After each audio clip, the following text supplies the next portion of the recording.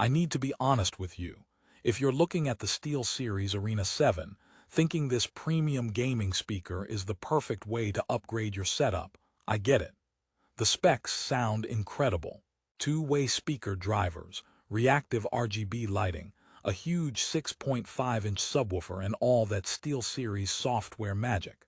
It promises a complete, immersive audio solution. But here's what surprised me. After weeks of testing, I found problems you won't see in the marketing. Issues that could make this a $300 mistake for the wrong person. Therefore, before you spend your hard-earned money, click the link in the description to check the latest price on Amazon, and let's dive into why this might not be the upgrade you're hoping for. Let's start with the unboxing, because it feels fantastic. You pull out this substantial three-piece system, 2 satellite speakers, and that chunky downward-firing subwoofer. The build quality is solid, the cables are nice and thick, and setting it up is pretty straightforward. Plug in the USB to your PC, connect the satellites to the sub, and you're basically done. The physical design is sleek, modern, and those PrismSync RGB lights, they're gorgeous. It makes your desk look like a professional streamer's command center immediately. So, first impressions are a strong A+. But here's my first joke for you. This system looks so smart, I half expected it to start doing my taxes. It didn't. It did, however, immediately present my first big problem. That problem is the software, specifically SteelSeries Sonar. Now, the product page touts this as a huge feature. Audio customization with a 10-band EQ, spatial audio, and acoustic echo cancellation. And theoretically, it is powerful. But in practice, it's a mandatory headache. You see, to get any asterisk audio from the USB connection, which is how most PC gamers will use it, you must install the SteelSeries GG software suite. There's no way around it. The speakers won't just show up as a USB audio device in Windows. Therefore, you're instantly locked into their ecosystem. The software is bloated, it runs in the background constantly, and updates can sometimes reset your carefully tuned settings. It's the digital equivalent of a really fancy car that only starts if you download the manufacturer's app first. And sometimes that app needs an update. Let's talk about the sound quality, because this is the most confusing part. With the software configured correctly, the Arena 7 can sound genuinely impressive. The two-way drivers deliver clear mids and highs. Dialogue in games and movies is crisp. And that subwoofer, it delivers thundering, room-shaking bass. I mean, it's almost obnoxiously powerful for a desktop setup. You feel every explosion. And this is a massive but, the default sound profile out of the box, before you dive into Sonar, is honestly a mess. It's overly bass-heavy and muddy. The separate tweeters and woofers feel like they're not talking to each other. Therefore, you are not buying a plug-and-play premium speaker. You are buying a DIY audio project. You must tweak it. Which leads to a question. Are you paying $300 for hardware, or for the homework assignment of making that hardware sound good? The RGB lighting, or reactive PrismSync, is another headline feature. The lights on the front of each satellite have 4 zones and can react to in-game events or your music. It's a cool party trick, but the implementation feels like an afterthought compared to something like Philips Hue Sync.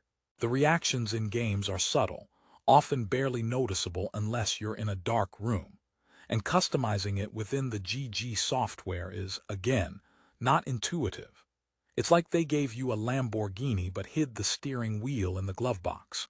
My second joke, the RGB is so ambient, I used it as a night light.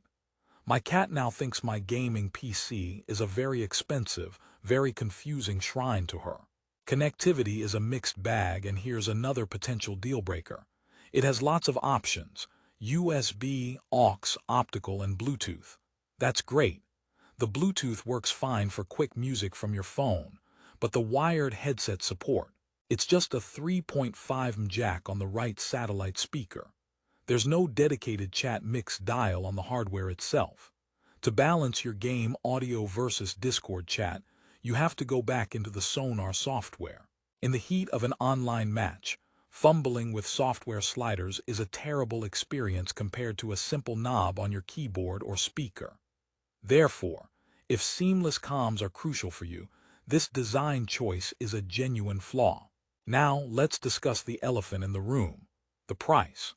At $299.99, this is competing not just with other PC speaker sets, but with quality bookshelf speakers and a decent amp, or a fantastic pair of studio monitors. The value proposition hinges entirely on you wanting this specific all-in-one package: the RGB, the software integration, the branded gaming aesthetic. The Amazon rating is 4.1, which is good, but not stellar for a premium product. Dig into those top reviews and you'll see the same themes.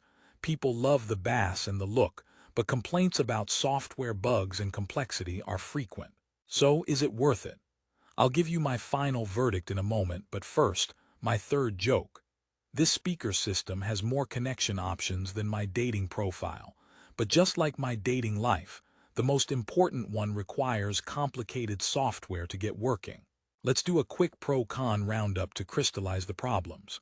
Pros: potentially great sound after tuning, massive bass, beautiful RGB lighting, solid build quality, multiple inputs. Cons: mandatory, bloated software, muddy default sound profile, no hardware chat mix control, RGB is more subtle than advertised, and a premium price tag for a system that doesn't feel fully polished. The core issue is that the Arena 7 feels like a collection of great ideas that weren't fully integrated. Each feature works, but they don't work together seamlessly. It's a team of all-star players who have never met before the big game. So who is this actually for? If you are a dedicated SteelSeries fan, already deep in their ecosystem with a keyboard, mouse, and headset from them, and you love tinkering with audio settings to get the perfect profile, you might be happy.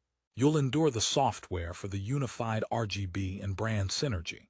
But if you are a gamer who just wants a significant audio upgrade that works simply and reliably, this is a risky buy. There are simpler, better sounding out-of-the-box options at this price. The problems aren't deal breakers for everyone, but they are significant speed bumps on the road to good audio. My final verdict: don't buy the SteelSeries Arena 7 if you value plug-and-play simplicity. Don't buy it if the thought of mandatory driver software annoys you. Don't buy it if you need instant, hardware control over your chat mix. However, if you're a patient tinkerer who prizes bass and flash over seamless operation, and you can find it on a steep sale, it might justify its place on your desk. For me, the cons outweigh the pros. It's a $710 product with a $910 price tag. And my fourth and final joke: reviewing this speaker was like being on a roller coaster designed by a genius engineer who forgot to install seatbelts. Exciting, impressive, but you spend the whole time wondering why something so expensive feels so unsafe. Therefore, what should you do? If you're still curious, or if you think the pros align with your needs, always check for the latest price and reviews. Prices fluctuate, and software might improve with updates. For the most current deal on the SteelSeries Arena 7, click the link in the description below to see today's price on Amazon. That link supports our channel at no extra cost to you. Thanks for watching, and let me know in the comments, are you a tinkerer or a plug-and-play purist?